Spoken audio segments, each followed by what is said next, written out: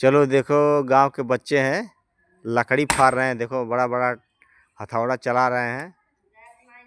हाँ, गैस नहीं मिल रहा है, परेशान है बेचारे। देखो कितना चल रहा है।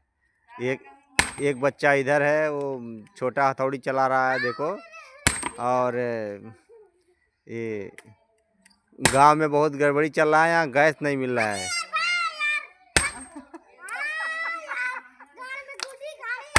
हाँ अरे यार भाग यार। अभी देखो हथौड़ा ठोक रहा है वो। और हाँ, हथौड़ा ठोक रहा है। और क्या बोलते हैं, हाँ, ईंटा उठा लिया है मारने के लिए। देखो, हाँ हाँ, अभी एक दूसरा गया है वहाँ सुधारने।